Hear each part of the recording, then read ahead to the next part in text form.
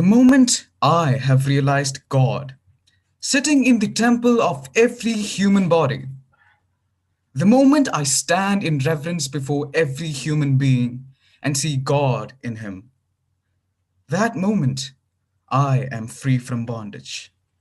Everything binds vanishes, and I am free. Beautifully worded, profound, and intricately layered words of the great Swami Vivekananda, in whose honor we're gathered here today. Honorable dignitaries, respected principals, vice principals, deputy vice principal, beloved teachers, and fellow students. Despite the chilly weather outside, I extend my very warm greetings to each and every one of you all. My name is Sabah Faiz, and I will be taking you through today's programs. Today, ICSK celebrates National Youth Day with youth icon Dr. Divya S. Iyer, IAS, who is the mission director, Mahatma Gandhi NREG State Mission. Though that is her current position, she is a multi-talented and accomplished persona in many fields. So, ma'am, I welcome you to today's occasion. And now, without any further delay, let us commence this function with a recitation from the Holy Quran by Miss Amina of Class 11. أعوذ بالله من الشيطان الرجيم بسم الله الرحمن الرحيم والعاديات ضبحا فالموريات قدحا فالمغيرات صبحا فأثرن به نقعا فوسطن به جمعا إن الإنسان لربه لكنود وإنه على ذلك لشهيد وإنه لحب الخير لشديد أفلا يعلم إذا بعثر ما في القبور وحصل ما في الصدور إن ربهم بهم يومئذ لخبير صدق الله العظيم. Thank you, Amina, for your beautiful rendition of the Quran. Now, I request you all to rise for the Kuwait national anthem.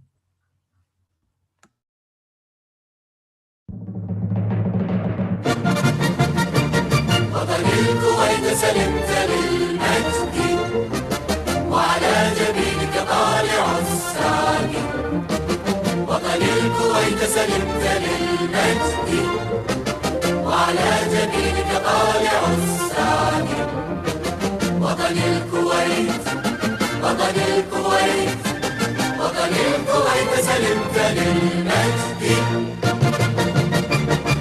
يا مبدأ آباء الأولى كتبوا سفر الخلود فنادت الشهب الله أكبر إنهم عرب طلعت كواكب جنة الخلد وطن الكويت سلمت للمجد وعلى جبينك طالع الساقي وطن الكويت وطن الكويت وطن الكويت سلمت للمجد.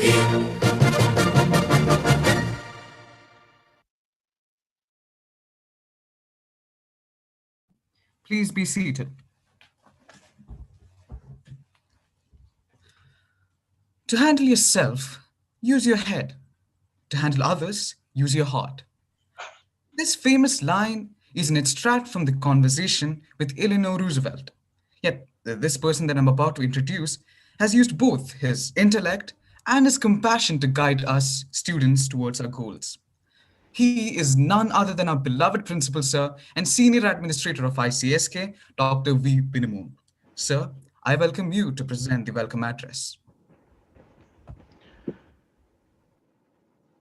A warm good morning to all of you. As you are aware, Indian Community School is celebrating National Youth Day on this precious day of National Youth Day. Dear children, since 1984, January 12 is celebrated as National Youth Day to honor India's one of the greatest spiritual and social leaders, Swami Vivekananda. He was a social reformer, philosopher, and thinker. And dear children, the theme of the National Day is Youth Power of Nation. Everybody knows the power of a nation lies on its youth. See, dear children, you are the leaders of tomorrow, and you are the people who are going to lead the great nation India. On this day, so while we are celebrating the National Youth Day, so we thought to have a special program for you by inviting a youth icon from India to address you, to inspire you, to motivate you, and to give more energy to you to go with a passion and to lead the great nation India. So that was the concept behind this particular celebration. And luckily, we are much more lucky to have our guest, that is none other than Dr. Divya S. Icon, sorry, Divya S. Iyer, IAS. She is a known figure of India. At the same time, she's a great leader, and much more about the guest. About the guest will be introduced by Principal Mr. Rajesh Nair. Anyway, dear children, she is here with us, and she is going to speak to you, and with her words, she is going to inspire you. So I'm told we are lucky to have such a great inspirational leader, Dr. Divya S. Iyer, and it is my duty to welcome her. Dr. Divya S. Iyer, IAS, Mission Director, National NREGS, and the Mission Director of National Ayush Mission. And she is a multifaceted personality, and she is a TEDx speaker, and much more to say about her that Mr. Rajesh Nair will speak to you. So on behalf of everybody assembled here, on behalf of the Indian Community School and the entire family, let me welcome Dr. Divya S. Iyer, IAS, to this great function. At the same time, I would like to take this opportunity to welcome the captain of the Indian Community School and the board, Mr. Sheikh Abdul Rahman, the honorary chairman to the Board of Trustees, also to this function. At the same time, I would like to welcome the old principals, Mr. Rajesh Nair, Mr. Gangadhar Shishad, Mrs. Shirley Dennis, also to this function. Here we have the vice principal, Mrs. Susan, deputy vice principal, Mrs. Mini, and all other branch vice principals, head of the departments, and all other students also are here. So let me take this opportunity to welcome the great children, the smart children, energetic children of this particular school, also to this function. Once again, welcome all of you to this function, my dear children. Let us listen the great words of this leader, Dr. Divya S. Iyer. Thank you very much. Thank you, sir. Now we have Master Juan C. Juice here of Class 11, who will perform a musical segment to entertain us all. This musical segment is wholly dedicated to our youth icon for the day, Dr. Divya S. Iyer. Ma'am, this is to you by the ICSK family. Please do sit back and enjoy.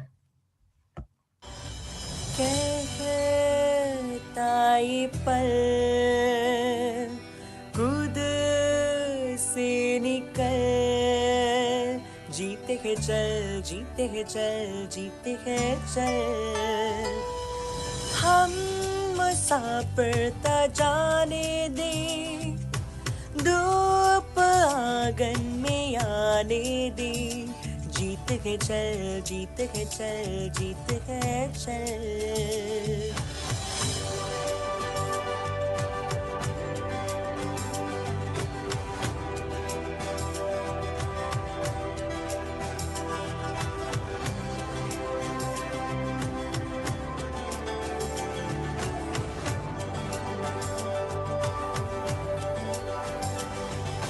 तलबों की नीचे है ठंडी सी एक धरती कहती है आजा दौड़ेंगे, यादों की बक्सों में जिंदा सी खुशबू है कहती है सब पीछे छोड़ेंगे, उंगलियों से कल की रहत बहने दे, आज और अभी में खुद को रहने दे, कहता ये पल खुद से निकल, जीते हैं चल, जीते हैं चल, जीते हैं चल, हम मुसाफिर तो जाने दे, धूप आंगन में आने दे, जीते हैं चल, जीते हैं चल, जीते हैं चल।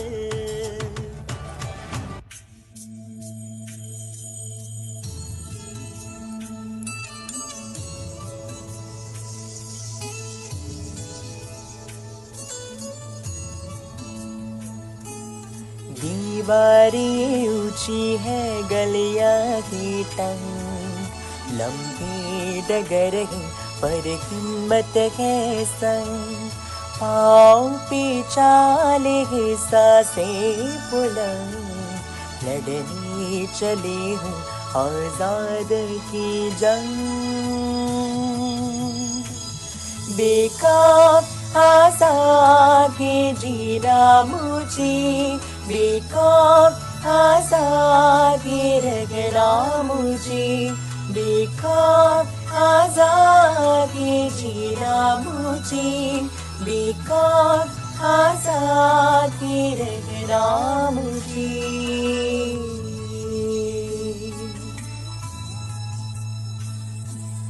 रीति की संजीरें का गए संग, न्याय के बंदर भी हो गए बंद, जमाना चले ना चले मेरी ज़ंग, बोलूंगी हल्ला आवाज़ दबंग, बेखौफ आज़ाद के जीना मुझे, बेखौफ आज़ाद के रहना मुझे, बेखौफ आज़ाद के जीना मुझे, बेखौफ आज़ाद के रहना मुझे।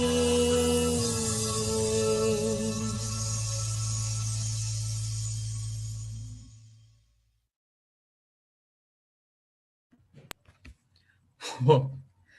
Thank you so much for that marvelous performance, Chuan. Now, anyways, this next person, he will appear very familiar to those who have studied in ICSK Amman, such as myself, and perhaps even to those who haven't. It's my pleasure to welcome Principal of ICSK Amman, Mr. Rajesh Nair, to introduce the chief guest that has graced us with her presence on this occasion.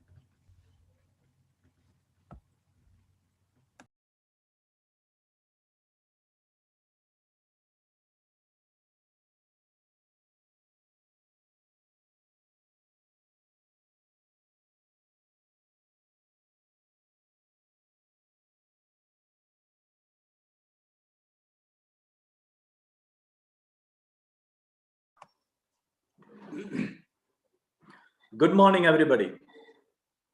On this auspicious birthday of Swami Vivekananda, let me start with one of his quotes. He said, "Do not lower your goals to the level of your abilities. Instead, rise your abilities to the highest of your goals." I am privileged to introduce an individual who has raised her abilities to the highest of her goals. A versatile genius, a multi-talented and multi-skilled person who has proved her mettle as an efficient bureaucrat, and on the other side, a blessed artist, singer, a successful writer, and a well-known motivational speaker.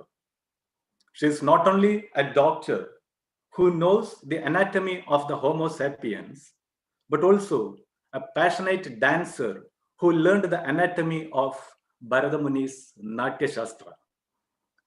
She is an amazing amateur movie actor, a potential author of many books, a mellifluous singer, and a graceful artist. Her famous book, The Pathfinder, is a panacea or a success mantra for the aspirants of civil service. Dr. Divya S. Iyer, an MBBS doctor and an IAS officer, is the daughter of a retired ISRO official, married to Mr. Sabarinath, a member of the Legislative Assembly of Kerala, India. She is a native of Thiruvananthapuram in Kerala, India. She is the mission director, Mahatma Gandhi NREGS State Mission, Kerala, the managing director, National Ayush Mission, the former sub-collector of Thiruvananthapuram district, former assistant collector of Kottayam district. She is a TEDx speaker also. Nobody can explain the taste of sugar unless one tastes and experiences it. Let me wind up. She doesn't need an introduction. Her speech will be the testimonials to prove who she is. My dear students, get ready to reboot yourself with a different experience. Thank you. I am honored to introduce an eminent guest of such caliber. Thank you. Thank you very much. Thank you, sir. Anyways, dear friends, we are here as a family, celebrating the National Youth Day with our country. And we are lucky enough to be graced with the presence of a personality such as Dr. Divya. So, dear ma'am, we are open to listen to what you have to convey to us on this special day. So, I invite you to address the school. Ma'am, over to you. Namaste. Thank you so much for such warmth and generosity that's shown to me. And my heartiest greetings to the Indian Community School, Kuwait.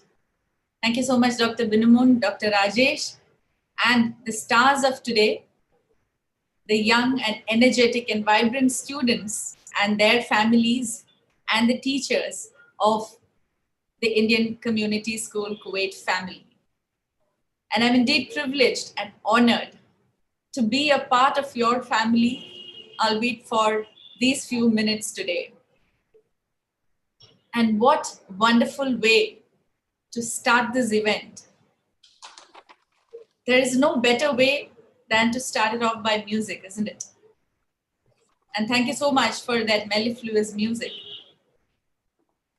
And when I listened to that, I was reminded of this very famous saying from the book The Art of War by Sun Tzu that says, there are not more than 5 musical notes, yet the combination of these 5 give rise to melodies that can ever be heard. There are not more than 5 primary colors, yet in the combination they produce more hues than can ever be seen. There are not more than 5 cardinal tastes, yet combinations of them yield more flavors than can ever be tasted. I'm certain that all of us can relate to these 3 analogies that is drawn in the book. And definitely, this applies to all of us because we are not just 5 in number. I can see that the participants already has crossed 950 on this day. And I know that your strength lies in your diversity. And it's the combinations and the permutations of the traits and characteristics and qualities and abilities in each one of you, which is going to work magic in the lives of each one of you, as well as in the lives of the people around you, making the world a better place to live in. And today, when we celebrate National Youth Day, in memory of the great inspiration for youth ever, Swami Vivekananda, I would be remiss if I do not share with you a personal experience that I have in the memories and in the experiences that I have had in reading about Swami Vivekananda. When I was in school, when I was of your age, I think when I was in class 9, we had a textbook which was the life story, which was the biography of Swami Vivekananda. It was a Malayalam second paper textbook. I remember reading that textbook with much interest, and more than that, much more emotional attachment. When we were taught the first chapter in that book in the class, I promptly came back home and started reading the textbook back to back. Did not wait for the next few chapters to be taught at school, because I was so drawn to this great personality's life, whom I had heard about before, whom I would have had, glimpses of his quotes or pictures from various sources. Those were the days when internet was not yet available. So I do belong to the older generation, if you may call so. So though I had had limited exposure at that point of time to Swami Vivekananda's life and teachings, it was when I grabbed this textbook in my hand that the entirety of his personality impressed me in such an overwhelming fashion. And let me cut the long story short. I can keep going on and on about this experience, I think, though it actually lasted only for 2 days, because it took me 2 days to finish reading that textbook. And I remember the second day evening, when I was sobbing uncontrollably in my room, my father came to me and hugged me and asked, "What happened to you? Why are you sobbing?" And the girl of all of 14 years of age at that point of time, I think, I was sobbing uncontrollably because I had reached that chapter in the book where Swami Vivekananda's Samadhi was being described. And I could somehow no longer take the fact that I would not be able to read any more of his life. I share this with you for the very reason that it is only natural and befitting that a personality like him be modeled and celebrated as the youth icon. So if any of you have not read and gone through his biography and his life, here is my clarion call to you. Please go and read up. And I promise it is going to be a highly fulfilling experience. For there is something for everybody in his life and his teachings. And though that was the first book I read back to back, several other books followed on his life and teachings, which wiped away my tears. And I'm certain that there are plenty of books more awaiting people like us, readers like us, to go and take a peek into his life and his teachings. I'm certain that this day, all of you would be bombarded with lots of quotes and lots of inspirational stories, because it is, after all, the day to celebrate the iconic personality and to take a leaf from his life's chapters. Let me share with you one of my favorite quotes, which has kept me going forever. And what did I imbibe from the essence of his life and his biography? I'm not going to give a long lecture to you. I would rather just share some of my experiences as I just did, which you might be able to connect with and which you might come across in your life as you move ahead. So when I was preparing for civil services, so this was my next, sort of juncture or interface with Swami Vivekananda's teachings. The first one I already mentioned to you when I was a schoolgirl. And when I was preparing for civil services, as you would know, it is a long drawn process. The examination process itself takes around a year to complete, as it's done in 3 different stages. And then you have your preparatory days as well. So that period of time requires a lot of perseverance and persistence, if nothing else. And there was one quote of Swami Vivekananda that had found a place permanently on my study room's wall, which was, I'm sure all of you can guess, arise, awake, and stop not till the goal is reached. Arise, awake, and stop not till the goal is reached. I'm sure these are simple words, but probably some of the most inspiring and meaningful words ever said on this earth by anybody. And trust me, every day when I would wake up to these words, it would sprinkle a new lease of life into my day. It would add that much needed sparkle to my day.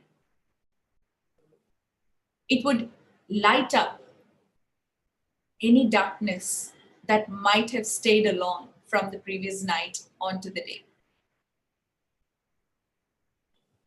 Now, just reading or just listening or just, grasping the codes or grasping a few words is definitely not going to inspire anybody. I'm certain about that. So what would truly inspire you? As I said, when I read the textbook, obviously there were many other textbooks to read, right? Now, why did I get drawn to this one particular book? Or why did I get drawn to this person's life? The more you invest yourself in something, the more you reap out of it. When you read something, if you can invest yourself completely, if you can immerse yourself soulfully in that particular activity, you will definitely reap a lot more than a regular reader would. Now, this applies not only for reading, this applies for every single activity. As I said, there is no point just, putting out a poster in your room unless you invest yourself in that and you grasp the true essence of it and apply it onto your life. Now, that is one message which I would want you to take away with you today. As young children, as students, I'm certain that your exposures and opportunities that's being provided by your wonderful school, your friends, and your families is limitless. Especially today in this techno-savvy era, knowledge and information is at your fingertips. Opportunities are at your doorsteps. All that you need to do is to assimilate the right knowledge for the right opportunity and utilize it. But what is going to make you stand out is what I mentioned in the beginning, which is to invest yourself considerably in your activity and immerse yourself soulfully in that particular activity, whatever it may be. Fall in love with what you're doing. And that is what is going to make you stand out from the crowd. And that is what is going to take you a much longer way than everyone else. But as much as it's important to stand out and to walk the longer mile, it is also equally important to make sure that you carry everybody along with you. And once you've reached that stage where you're confident and secure in yourself, you will have absolutely no qualms about carrying other people along with you. Because nobody is your competitor in this world. You are your own competitor. Now, I would again want to quote Swami Vivekananda here, who says, the great secret of true success, of true happiness is this. The great secret of true success or true happiness is this. The man or woman who asks for no return. The perfectly unselfish person is the most successful. The man or woman who asks for no return, the perfectly unselfish person is the most successful. Again, as I said, it's easy to say or to memorize or to quote these words. But trust me, it is incredibly difficult to live your life in this way. But try it for once. I'm certain that it's not just success and happiness, but it's the sense of purpose of your life that you discover and that immense fulfillment that you gain from being unselfish. I'm telling you this from my personal experience now because I think I truly learned what selflessness means when my little son spilled magic on me, making me a mother. I'm certain that all parents out there, especially mothers out there, will agree with me when I say that I find motherhood to be a definition of selflessness.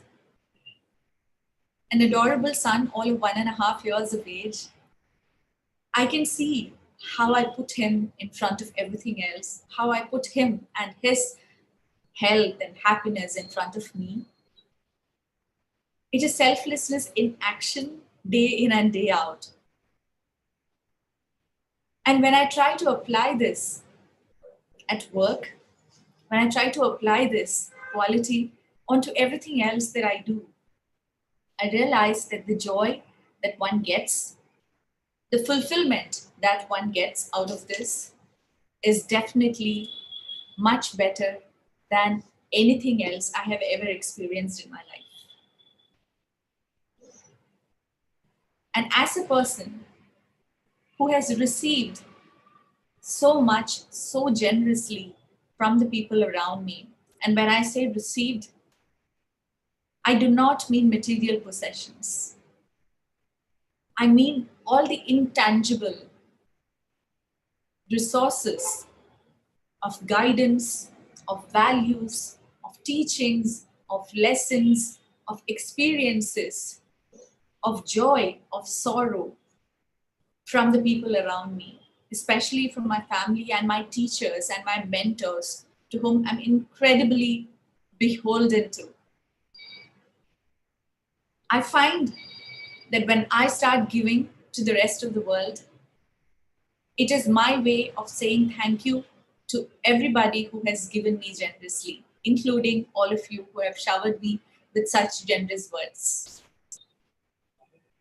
And as Swami Vivekananda rightly says, ask for nothing, ask for no return. Focus on giving, and you will get it back someday, but do not bother about it now. That is the kind of practical wisdom that he always gives. Ask for nothing, expect nothing in return. You focus on giving. You're going to get it back someday from somewhere, but do not bother about it today. And that is what is going to make you a much more joyful person when you start giving. And joining the dots to what I said right in the beginning about music, about the art of war, about how 5 musical notes or 7 musical notes, if we don't render to each other, if we don't attend to each other, if we don't cooperate with each other, if we don't give each other generously, we cannot make truly winning combinations in this world. And what better time to talk about giving and caring about each other than now, when the whole world is in the grip of a pandemic. Though all of us have had very unique experiences and difficulties sailing through this pandemic, as we still are grappling with certain problems, I think there is one cardinal lesson that all of us have understood and taken away from this pandemic. Let me spell it out for you. COVID-19 pandemic, if nothing else, has taught us that the health and well-being of the other is as important or even more important than my own. For I know that my family, my friends, my colleagues, the society around me, my state, my country, why not the whole world, needs to be freed from this pandemic for me to be certain that I would not be prey to it. So this is an instant in the history of human race where we have actually understood that it's important to ensure that the health and well-being of the other is as important or more important than my own. And this applies not just for the COVID pandemic or the health and well-being, but for the happiness and for the progress of our society as a whole. If we can take this lesson and apply it onto every sector of our life, if we can apply it to every walk of our life and make sure that we give generously and care for each other, stay assured that it'll all come back to you in a way much bigger and better than what you ever imagined. But do not bother about it or do not focus on it right now. Focus on the joy of giving, for that is unparalleled joy. And as we care for each other and as we follow the safety precautions during this COVID-19 pandemic, we have learned to give and care for each other's health and well-being.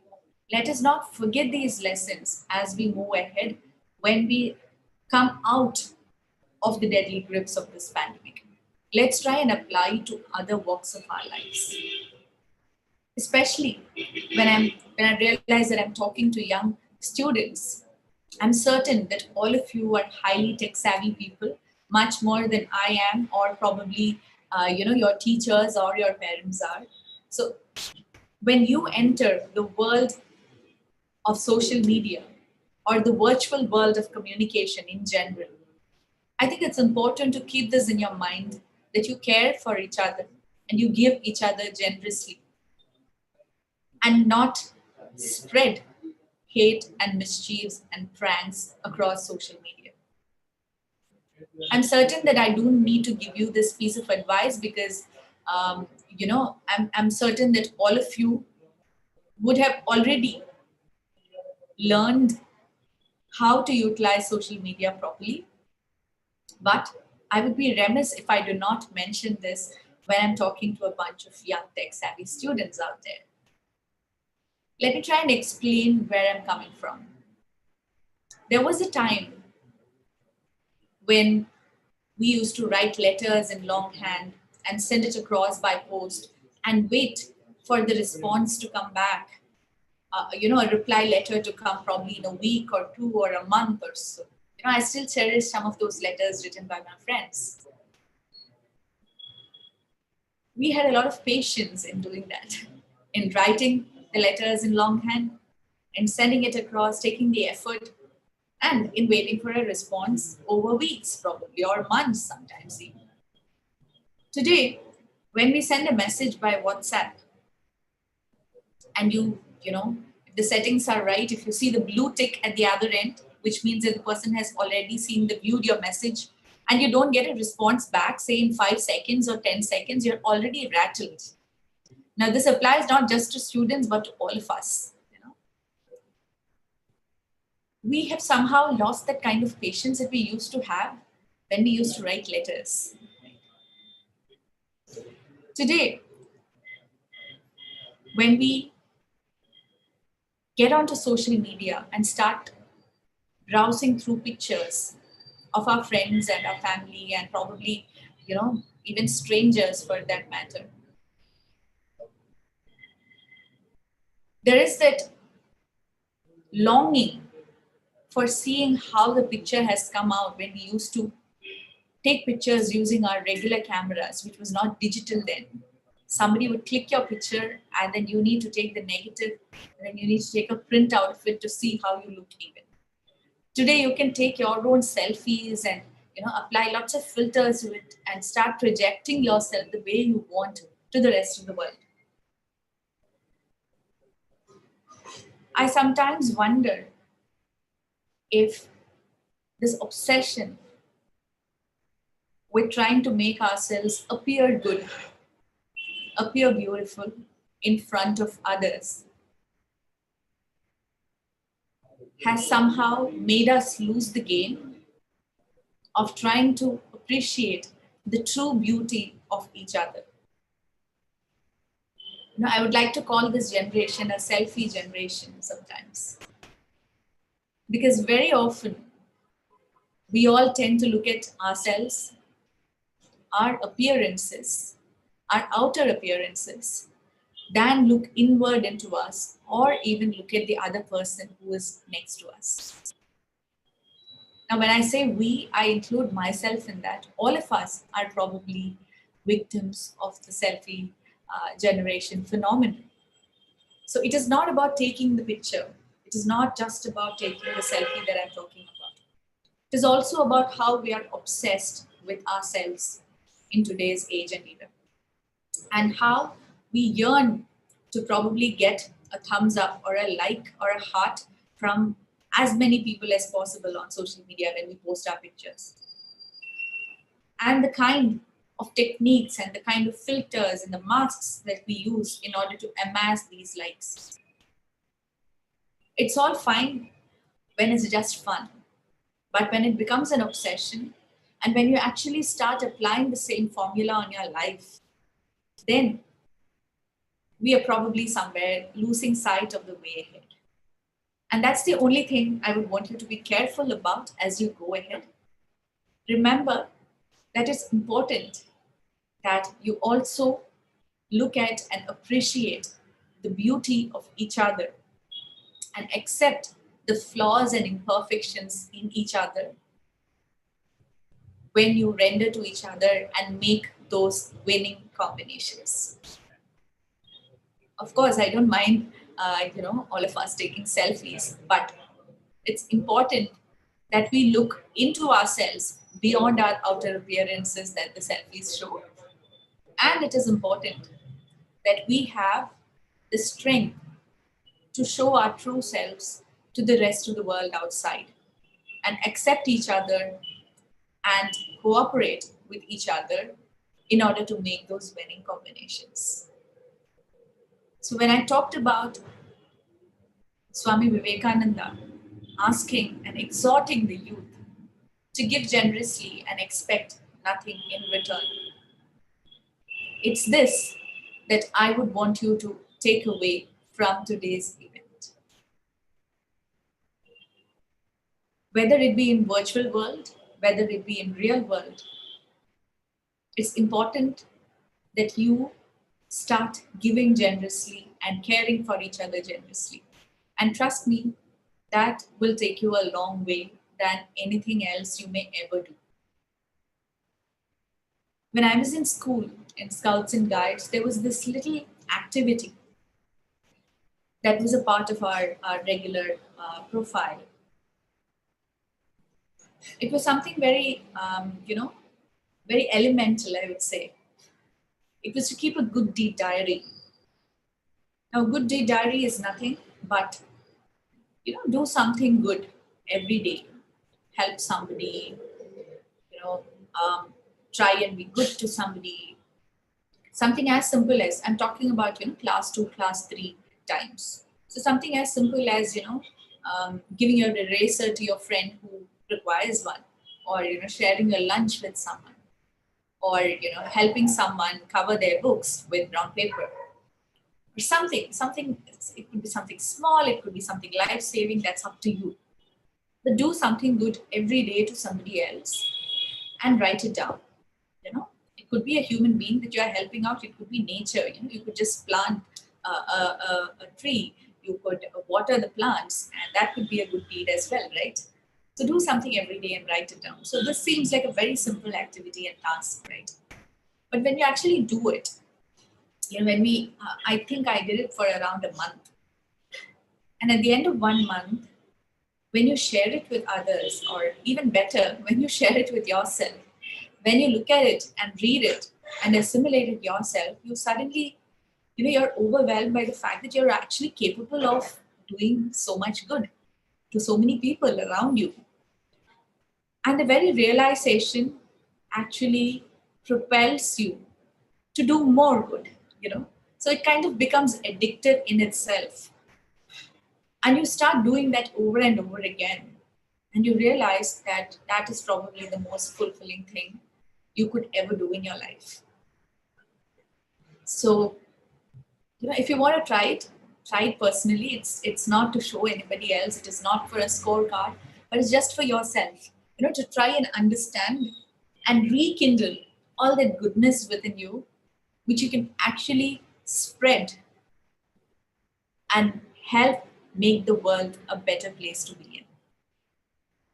So thank you so much once again for this wonderful opportunity to interact with you all, to spend some time with this amazing Indian Community School Kuwait family. And I sincerely hope and pray that each one of you out there walk the path in the most generous and caring fashion ever, carrying along the people around you and nature around you, and make those winning combinations. Give generously, ask nothing for return. It'll come back to you, but do not bother about it now. Okay? Thank you so much once again. All the best for all your endeavors. Namaste. Oh, thank you, ma'am, for those profound words. I will now hand over the reins to Kristen, who will be taking care of your queries and questions regarding this session. Over to you. Thank you, Sabah. Thank you, ma'am, for that vibrant session. Dear all, Dr. Divya S. Iyer, IAS, is here to answer all your queries. So I kindly request everyone to pose your questions in the chat. Okay, ma'am. Here's our first question. I admire to be a civil servant. Before civil service exam, I would like to take doctorate and then to civil servant. So what are all the process that I need to get on to? Could you please explain?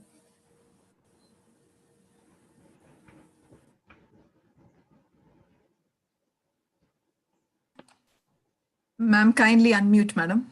Can you kindly unmute, madam? Yeah, sorry. I think, Sri Lakshmi, that's a session in itself. But I would just like to give you a few pointers as to what needs to be done. I think currently what you can do is to definitely, focus on your goals and move ahead. Again, for being a civil servant, the primary requirement is to be aware of everything that's going around you, what is happening in the society, what's happening to people around you. Try and understand, the crisis, the problems that are going around the world. Try and understand people's lives around you. That's the aptitude that you can actually garner right now in your school days, and update yourself on current affairs, and definitely go as per your plan. If you want to take doctorate and then get into civil services. But also I would say, be open to your dreams. If you think that you want to change path at some point of time, don't be harsh on yourself. When you're taking a doctorate, you might just fall in love with that subject and you might want to become a research scientist at that point. And that's perfectly fine. You can do justice to every opportunity that you get on the way. I firmly believe that it's the path that matters more than the end. So, that's actually why we named our book Pathfinder. It is, the goals may be the same, but the paths are very, very different for each person. And that path and the experiences that we have alongside is what makes us truly unique and successful. Thank you, ma'am. Here's a slightly youthful question. Ma'am, can you please explain the meaning of life according to your point of view? Okay, I think that is a very profound question. To me, life is all about harmony. It is about how harmoniously can you live with what is within you and what is around you. The moment you find that harmony between yourself and the people around you, and the work that you do, and the nature around you and the world that you live in, the moment you find that harmony, everything else falls in place, and you experience that sense of peace and inner calm within you. And I think the purpose of life is all about finding that harmony and trying to fine tune the strings within you and trying to gather the energy from the world around you to achieve that harmony in life. So yeah, to me, if I have to say in one word, the purpose of life is to find that harmony. Ma'am, there's a question. I mean, the students are asking, ma'am, but nowadays people will judge you if you aren't there in Instagram or the social media. Then if you choose to not join, people are going to make fun of you and think that you're in cool. At that time, what should you do? I think this question is related to all the youth. They all have the same question. Can you please explain, ma'am? Yeah. Yeah, I think that's a very practical problem that's being posed, and I was, I was victim to it myself at some point of time. So I am not live on Facebook or on Instagram. I do not have an active social media presence. My office has where the official messages go out, or the official whatever communication has to goes out. But on a personal front, I do not have a personal Facebook page or an Instagram page. I think it's been a decade since I have not had a Facebook page. So I did face some of this, sort of judgmental comments and remarks in the beginning. But as time passes by, people definitely understand that there is more to life than Facebook or Instagram. But I'm not against anybody using it. It is up to your personal interest. And the very fact that, we can give each other that personal space to be present or not present in one particular social media platform, I think says how mature we are as a society. So don't worry about it if people judge you. I know that it is difficult in the beginning, but as time passes by, I'm certain that your friends and your family and anybody who actually throws those unruly remarks at you will understand that there is a reason for what you do and why you're doing it. And it's also essential to understand that you need not take everybody's comments and remarks to heart. People who matter to you will definitely understand and respect your choice and your privacy. So you have to stick to your guns. You have to do what your heart says, And this is not to say that if there is an official communication coming from your school on some platform, you shall not listen to it because you're not on it. So this is on a personal choice that I'm talking about. You can always choose to be on a virtual platform or not. And I remember one of my friends telling me that if you're not on Facebook, you don't exist in your friend circle. That it's come to that in his life. That's what he was telling me. But he did survive that, and so have I. I have also survived it. And as I said, it's been a decade since I have not been on Facebook, and I don't think I've missed out on life much. My life was more colorful than I ever imagined. So that's my 2 cents to you on that. But definitely, I'm sure you'll find your own ways of dealing with that problem, because these are practical issues that come up day in and day out, and we find our own unique solutions to these. But the only one thing I have to tell you is do not take everybody's unruly comments and criticisms to heart. It is about the discernment that you exercise as to who is important to you and who's not, whose comments have a place in your heart and whose comments should not. So yeah, that's it. Thank you very Thank much, you. ma'am. Ma'am, one more question I'd like to ask you here. This is from students. I think every student has the question in their mind. The question is, ma'am, my ambition is to be something else, but my parents and elders advise some other profession. What should I do? Can you please guide, ma'am? Yep. Again, very practical question. I'm glad that you asked me this. See, as I said, for the first question that was asked regarding becoming a civil servant, all of us at some point of time would dream of, say, becoming a pilot, or say becoming Sachin Tendulkar, or becoming an actor, or all of us want to do something big in life at some point of time. And we all know that as children, our ambitions keep changing and they keep evolving, right? I would say do not restrict yourself to one ambition just because you thought of it at some point of time. If you want to veer away from it during your school days. That's the time when you can actually experiment with things. That's the time when you need to explore the world around you and explore your own, interests and attitude. Be open to your goals and ambitions at this point of time. Sometimes we as children have this tendency to outrightly reject anything that our parents or our family tell us at some point of time. Do not reject it only because they have told you. Reject it if you truly don't like it. Okay? So the reason for rejecting should be very clear to you. That is what I would want to tell you.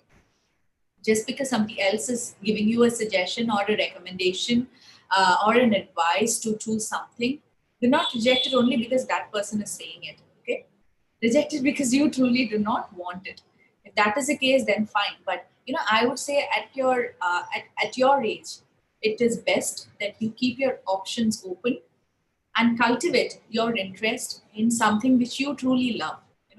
If your parents, if your family, if your teachers are helping you find that passion and find that area where you would truly immerse yourself soulfully, as I had mentioned, well and good, you're truly lucky.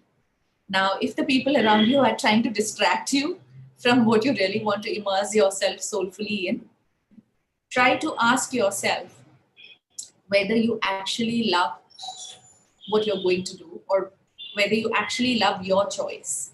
If you're certain that you're in love with your choice, I think you should go ahead with it. But there is no harm in exploring other options which are presented to you by other people. Whatever you do, do it for the right reason. That is the only advice I would want to give. Whether you choose, your profession of choice, whether you choose somebody else's advice, do it for the right reasons. And that reason should be that you're completely in love with that choice. Okay. Thank you, ma'am. Thank you very much. Can you please recommend some books for the youth? That's the question from a student. Again, I think, reading is something which has been completely fluid in my life. I would probably share with you some of my favorite books rather than recommend, a reading list to you. I'm sure there are plenty of reading lists that's available on the internet. If you just Google, there are hundreds and thousands of inspirational books out there. And I'm sure many of you would have read many of them as well. So again, choose what you really love. And when you pick up a book, I get a sense of connect with the book.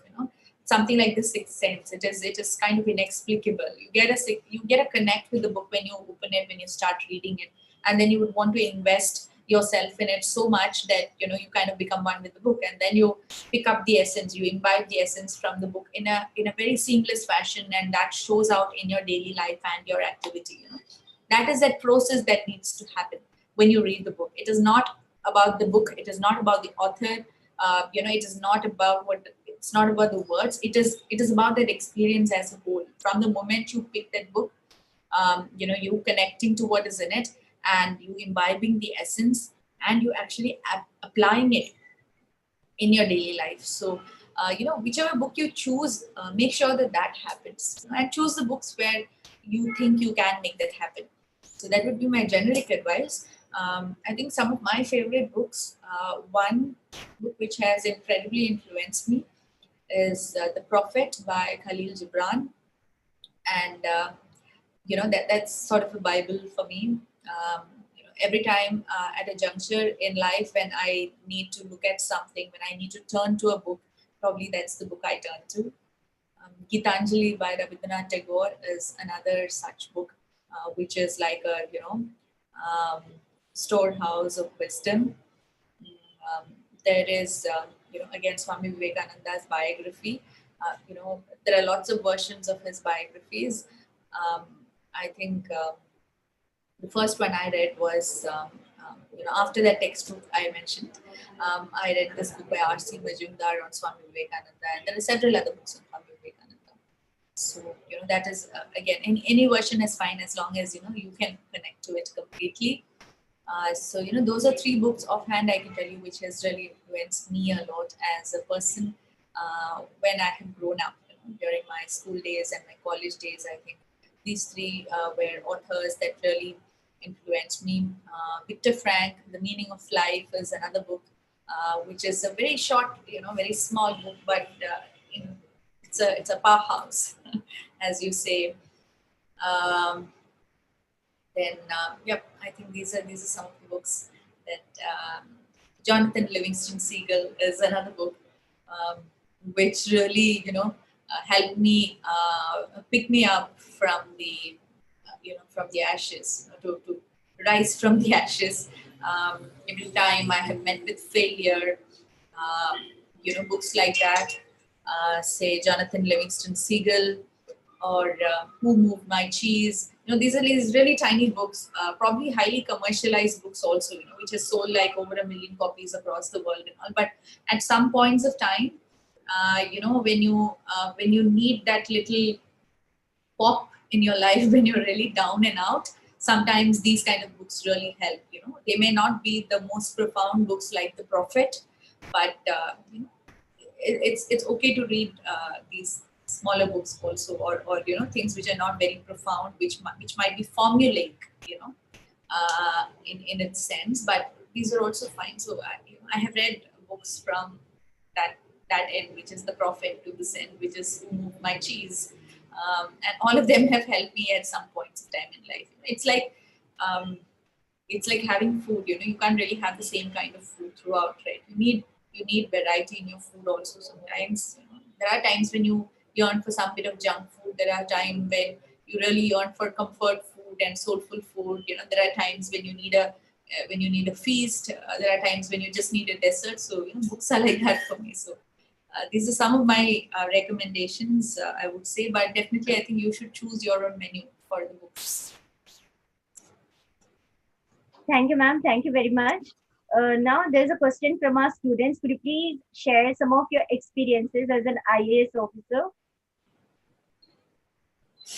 Oh, again, that is a session in itself. I really don't know where to start and where to end. But generally, I think this has been again another highly fulfilling profession for me, because every day has been so different, and every day so far in these 6 years of my life, no single day has actually been like the previous day. There is so much variety, there is so much of opportunities, there are so many instances to to exercise your problem solving skills. There are so many opportunities to be a good team member, to be a good leader. More importantly, anything that you do, that this is going to impact the lives of hundreds or thousands or lakhs of people out there. And that that aspect of the job where that you are caring for others and you're doing this which is going to touch the lives of others, I think that is the most fulfilling aspect of my job. And just to leave you with one little example, during the COVID times, we in Mahatma Gandhi National Rural Employment Guarantee Scheme here in the mission, we were actually able to provide jobs to lakhs of people in the state of Kerala. To be precise, over 20 lakhs of individuals have worked with us in the mission. And each one of them have received their wages on time, even during the lockdown and the restrictions and all the chaos and the constraints that were imposed upon us for health and safety reasons. This is one scheme, or this is one mission which has actually proved to be a pillar for the rural households in our state and across the country, in fact. So, just to give you the magnitude of what I'm talking, over 20 lakh people have worked with us. We've had even, people who have returned from the Gulf, including your country, who have come back here because they were rendered jobless there, and they have joined our scheme and restored, what I would like to call as dignity of labor. They have come and started working for us and doing manual labor, not just to earn a living, but to ensure that their families are secure. And I think that is the kind of fulfillment that you get when you hear stories and when you listen to real life experiences from the field.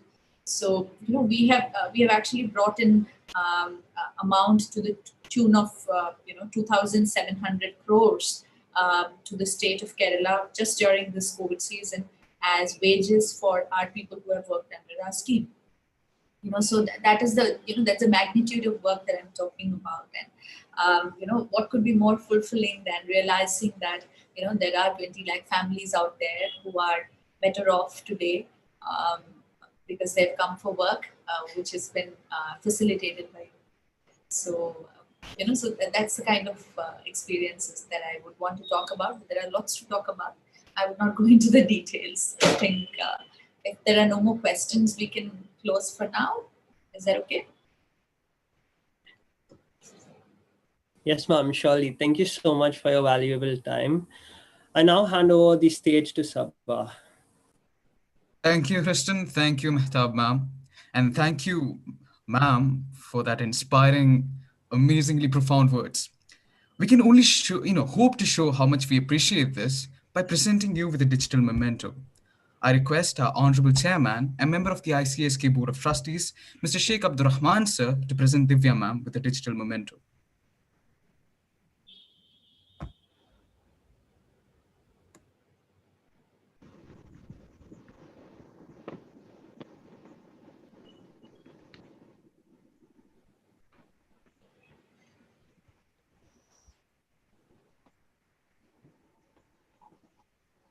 Hello, can you hear me?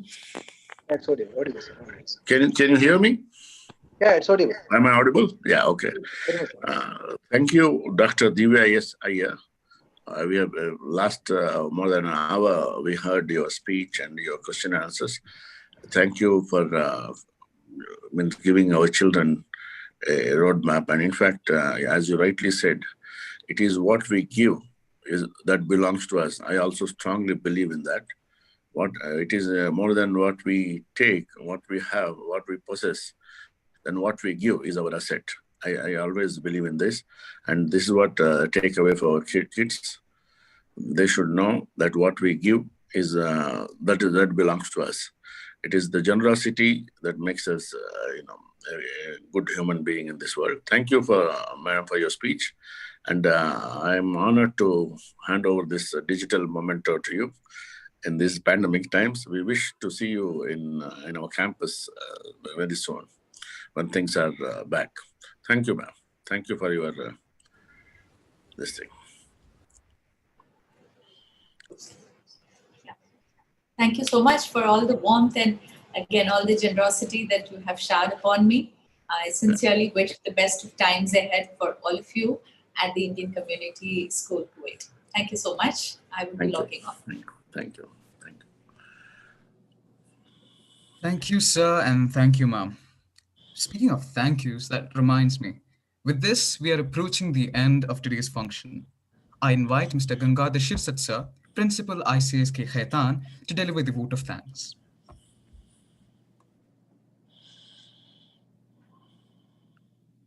Good morning, everybody. Respected guests of the day, honorable members of the board, my colleagues and everybody. Really, it's a great day today, the day which I personally feel the most vibrant day, which causes a lot of vibration when it comes to Youth Day, because youth is the stage in life where a lot of energy like fire is experienced. And when it's Youth Day, we all feel very youthful on this day. And when it comes to expressing our ideas on this day, even I'm sorry, although I'm here to propose a vote of thanks, but I will not be able to restrain myself from sharing a couple of thoughts of Swamiji, because it is his birthday celebrated as Youth Day. And dear children, I would like to just tell you a couple of things which probably you being very fascinated by science, you might not know that why Swamiji's birthday is celebrated as Youth Day. It was in 1984 where the government of India under our late Prime Minister Bharat Ratna Rajiv Gandhi, they decided that the youth icon for all our countrymen should be Swamiji, because his all thoughts have been inspiring to the people right from the time he gave his first speech in the Parliament of World Religions in Chicago on 11 September 1893. So that those words, sisters and brothers of America, you know, that applaud which went on for 5 minutes, and then from there he became icon. You will also study Swamiji in quantum physics. I will tell you something which you might not have heard, that E is equal to mc square. This, you know, the principle or the formula which made Einstein the greatest scientist of all time, was because that time in Chicago, it was not only the Parliament of religion, it was also a fair where all notable people, right from science to religion, had gathered. And in one of the stalls, Nicholas Tesla was exhibiting his projects. Nicholas Tesla, you must have heard, he is the one who has invented electric motor and all. So he met Nicholas Tesla in that fair, and he asked him to find out the relation between matter and energy. And from there, Nicholas Tesla had begun the discovery of, or the invention between the matter and energy, and which went on for which he could not complete in his lifetime, and Einstein later on took it over. And you will know now that Einstein acknowledged that to Swamiji when he discovered that formula of E is equal to mc square. So religion and science, where you will find great combination brought about by Swamiji.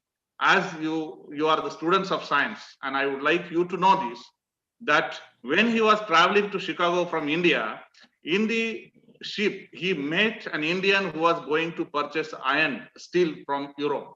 And he told him, why don't you establish a science center in India where the best quality of steel will be produced and you will not have to depend on Europe.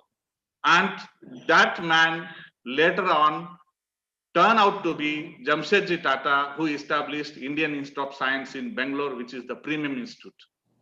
And from when he returned from America, with whom came the Irish lady, you all know Bhagini Nivedita. She was actually Margaret Elizabeth Noble. As his disciple, she returned, and with the help of Swamiji is one of the disciples, very famous Norwegian violinist, his wife, Chapben Bull, she helped J.C. Bose to establish his science laboratory in West Bengal. So this is one thought of Swamiji, as our chief guest has told, one thought of Swamiji has inspired millions of people, and millions of work has been done, which we are not aware of. Even I would like to very frankly admit to you all that I have drawn a lot of inspiration, and my life has been, I would acknowledge whatever good if I have achieved professionally or personally, I would acknowledge to him, because it was only his thoughts which I carried for some time, always in my pocket in my life. And the thought which Madam has said, he has picked up the most inspiring thoughts for the generations. Uttishta Jagrata Prapya Varani Bodhata, that is, arise, awake, and stop not till the goal is achieved. This slogan Swamiji has made to inspire youth forever. And one more thing, to sum up all that philosophy he has put together in one thing which I would like to share with you. And after that, I feel that nobody needs to read any scripture or any philosophy or anything. Which I read from him was, it is in Sanskrit, but I'll tell you the translation. That is, Sarva Shastra Puraneshu Vyasasya Vachanam Diyam Parapkara Punyaya Papaya Parapidinam. It means all scriptures, all philosophies, all scholars, everything, all volumes of the world will tell you only one thing, and that is Parapkara Punyaya. Just do good to others. And it means help others.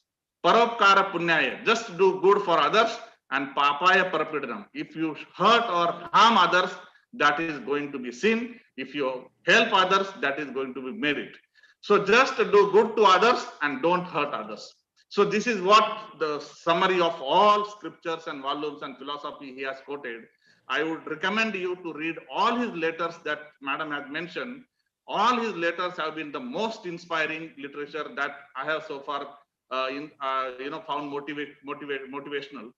and you can read all the letters that he used to send from America to our fellow Indians to inspire them and motivate them. This is what I would like to tell you. So once again, we are very happy on this Youth Day. I would like all of you to read more about his thoughts, which will inspire you.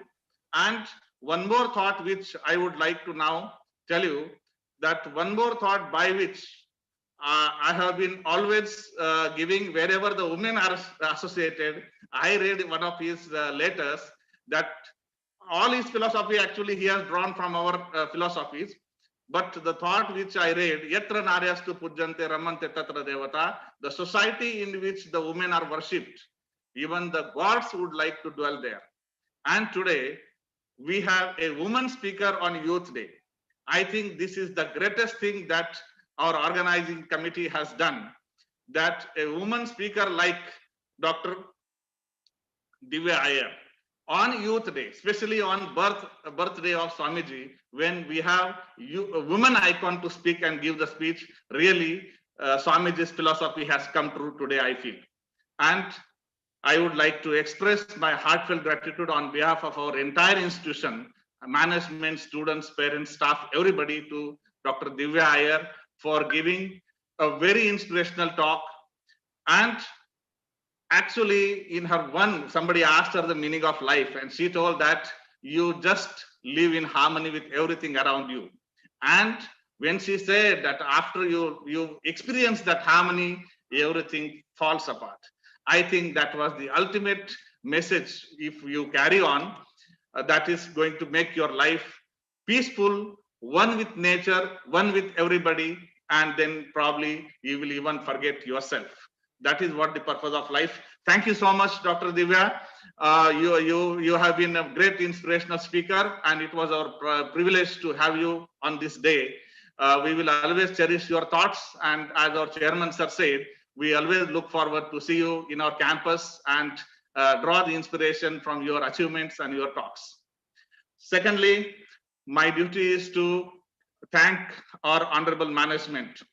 Whatever good we want to do, our management will always be there to support and encourage us.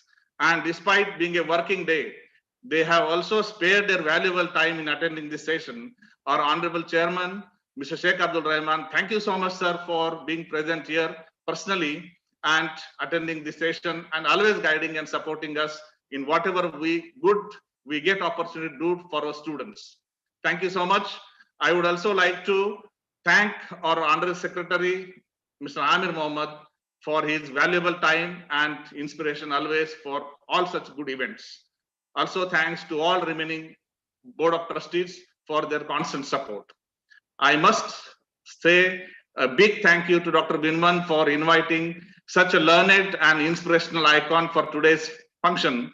Dr. Binman, thank you so much for making this Youth Day so memorable, and really it is going to be, I'm sure that thoughts of Swamiji, they will be inspired to learn more about Swamiji's life, and this will make their life. These Swamiji's thoughts have made everybody's life, those who have come across, and our students will also have taken this message today.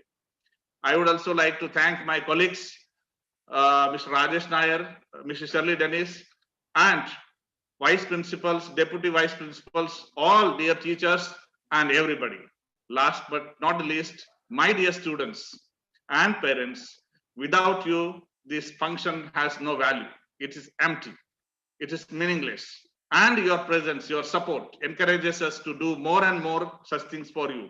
Your attention, your learning is inspiring for us, and that is what encourages us. So thank you very much for your participation, and especially active participation, asking good questions and being attentive. Thank you, everybody. If I have missed out anybody, once again, I would like to include them in last big thank you. Thank you, and good day ahead. Bye. Thank you, sir. And finally, we have come to the end of this function. I now request you all to arise for the Indian National Anthem.